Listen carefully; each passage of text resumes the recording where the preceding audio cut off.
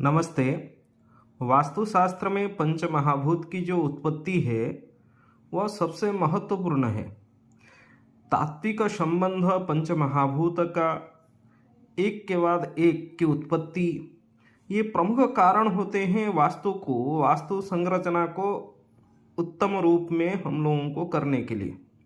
जैसे आप लोग देख रहे हैं, मध्य में आकाश तत्व, पूर्व दिशा में जल तत्व, दक्षिण दिशा में अग्नि तत्व, पश्चिम दिशा में वायु तत्व एवं उत्तर दिशा में पृथ्वी तत्व की संरचना किया गया है। इसमें गुणिक वृद्धि होती है। जैसे आकाशात वायु, ततः अग्नि, ततः आपः, ततः पृथ्वी इति क्रम होता है।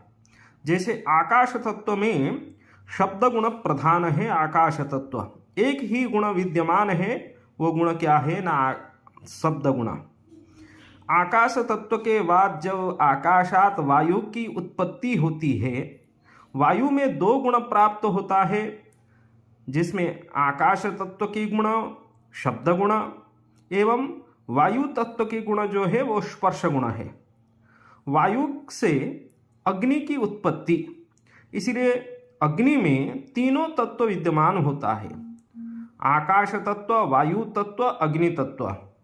शब्द स्पर्श रूप, रूपवती अग्नि, रूप प्रधान होने के कारण अग्नि तत्व में शब्द स्पर्श रूप तीनों गुणों की प्राधान्य रहता है।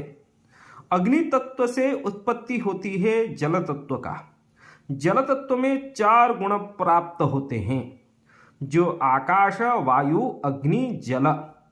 शब्द स्पर्श रूप रस, रस प्रधान जल। हम लोग जल से, जल के स्वाद से रस गुण की अनुभूति कर लेते हैं, और जल में ही शब्द स्पर्श रूप रस चार गुण प्राप्त होता है। अंतिम में पंचमहाभूत में जल से उत्पत्ति होती है पृथ्वी तत्व। तो आकाश से वायु, वायु से अग्नि, अग्नि से जल, जल से पृथ्वी, पृथ्वी तत्व में पंचमहाभूत प्राप्त होते हैं।